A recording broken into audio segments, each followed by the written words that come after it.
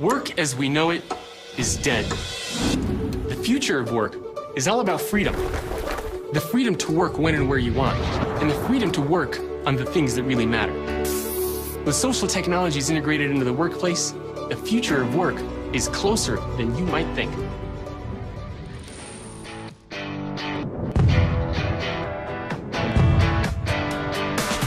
Now, a lot of times people say, why are you interested in the future of work? How did you get involved in this? And it's an interesting story because after I graduated college years ago, I got a double degree in business management, economics, and psychology. And I was so excited. I was going to join the corporate world. I was going to have a good job. I would stay there for a couple years, go back, get my MBA, and then go back and work for a fun company. And so I interviewed for my first job in Los Angeles. And they say, oh, we're so excited to have you. You're going to go on all sorts of trips. You're going to do business development. You're going to meet great people. And I said, perfect. That's exactly what I want. And a couple months into my job, I'm doing PowerPoint presentations, data entry, cold calling. Right? That's not what I signed up for. One day, the CEO comes out of his big office and he says, Jacob, I have a really important meeting with somebody. Here's $10. Can you go to Starbucks and get me a cup of coffee? And after that happened, I realized that there's something very wrong with the way that our organizations are structured and with the way that we think about management and leadership and technology. So ever since that happened, I've been exploring what the future of work is going to look like.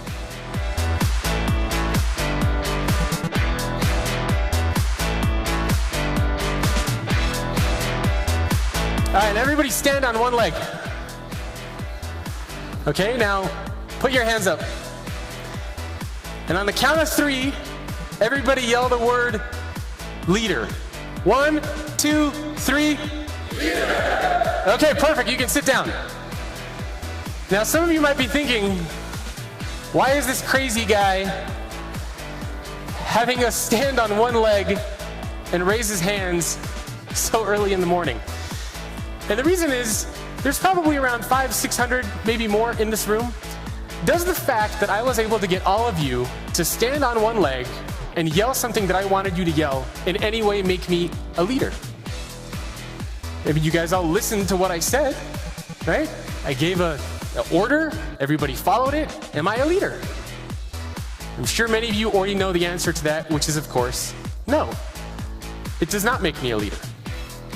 Now, I believe that any employee within an organization has the potential to become a leader, but all the managers within our organizations must be leaders. In fact, the very survival of our organizations, I think, depends on our ability to make sure that all of the managers within our organizations are indeed leaders.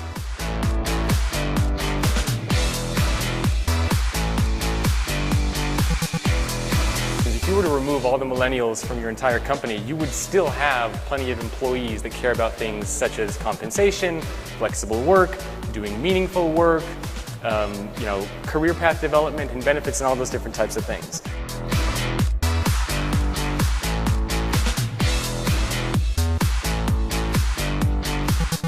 The theme for the future of work is connect to work.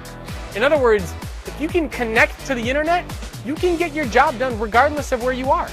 Whether you're in the Bay Area or whether you're in a remote rice paddy field somewhere in China, right? It doesn't matter.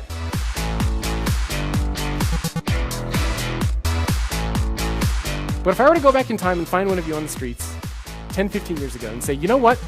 One day, I'm going to know everything about you. I'm going to be able to know your entire work history.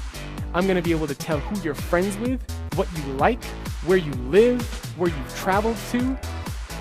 I'm going to know everything about you. You would think that I'm probably nuts and try to have me committed to a mental institution or arrested. But now look at the world that we live in today. We put up all of our information on LinkedIn. We tell people where we are on Foursquare. We review restaurants on Yelp. We put up pictures and tell everybody who we're friends with on Facebook. Right? It's amazing that we live in such a public life. So we have all shifted our behaviors as far as how we communicate, how we collaborate, how we share, how we learn, how we educate others. All of these new behaviors are making their way into our organizations.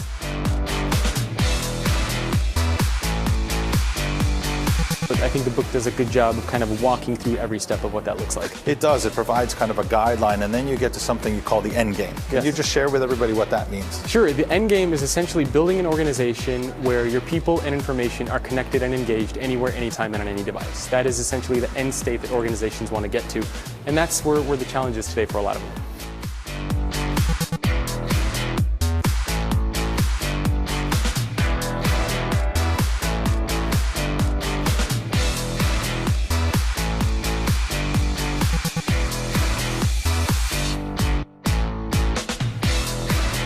So I'm outside, talking with somebody, and all of a sudden the doors to the train close. And the train starts moving. The guy that I was standing with outside jumps through this window to get on the train. And I'm just standing there, and all of a sudden these two Italian guys that I don't know stick their arms out the window, and they're like, come on, jump! And I'm standing there like, are you kidding? So I'm sprinting after this train, I jump up, these two Italian guys grab me, pull me into the window.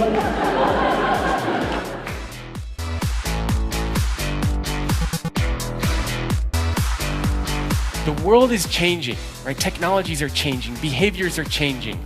The world of work is evolving very, very fast. But the trouble is that our organizations have a very hard time keeping up with the pace of change. And the bigger the gap gets between where the world of work is and where our organizations are, the more disengaged our employees start to become.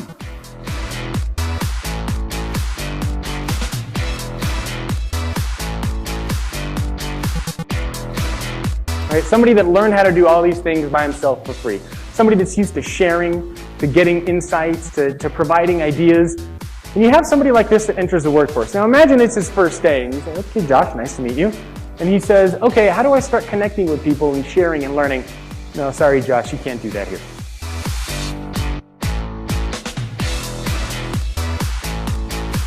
So what is the point of a manager?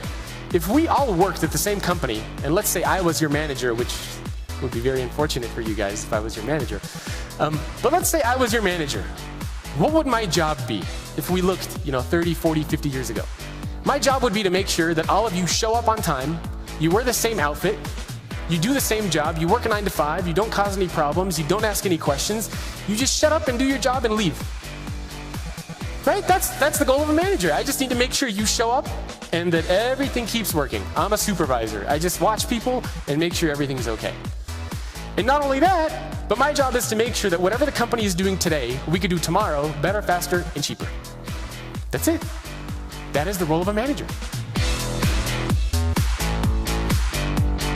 Today I talked about the future of work and the importance of challenging convention in the workplace.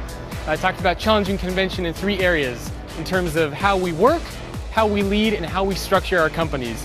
And the importance of those 3 things is to be able to attract top talent, build better leaders, and create a competitive organization. You need to get input and feedback, and you need to collaborate and communicate with everybody that is helping drive the organization going forward. And that's because the future of work touches everyone within the company.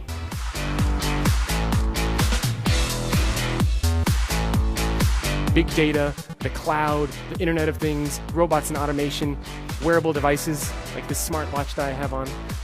All of these new technologies are flying into our organizations, and they're changing the way that we work and why we work and how we work.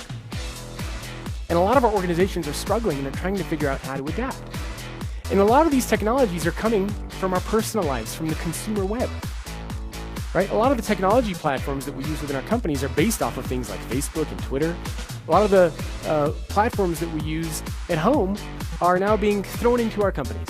I think the recent survey or the recent study, I think it was by the United States Bureau of Labor Statistics, said that the average employee tenure, regardless of generation, was just under 5 years. For millennials, it's under 3 years. Right? So that's a very, very different mindset than hiring somebody and saying, oh, you're going to be here for 10 years, 15, 20 years, we're going to groom you, we're going to grow you. I mean, you're in and you're out.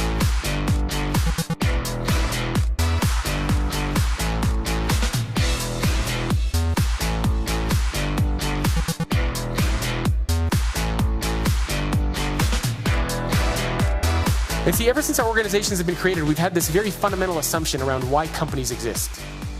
And that assumption has worked for the past 100 years, but it's not working anymore. And that assumption is that organizations can create a place where employees need to work there. In other words, we all have expenses, we all have bills, we all have mortgages, we all have kids. We have to pay for these things. And so we need to work at an organization to survive, to live, to thrive, to grow. It's our only way.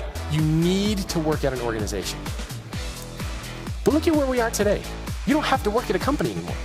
You can raise money on Indiegogo or Kickstarter. You can work for a startup.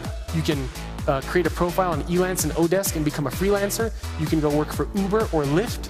You can create products and services and sell them on Etsy. You can 3D print things, right? The opportunities for us to generate income and to survive and grow and live as people has dramatically increased and changed. And that means that the war for talent has never been greater, because the number one asset that all of our organizations have to bring people in has always been cash. That's how we attract and retain the top talent. We pay them more. That doesn't work anymore. And so what's happening is that organizations are having to shift their mentality away from creating an environment where people need to work there to creating an organization where people want to work there. You have to create an environment where people want to be there.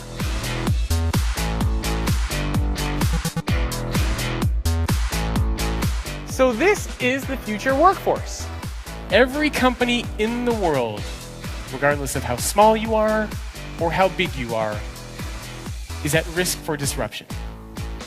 And so what we need to think about is, are you going to disrupt, or are you going to be the one that's disrupted?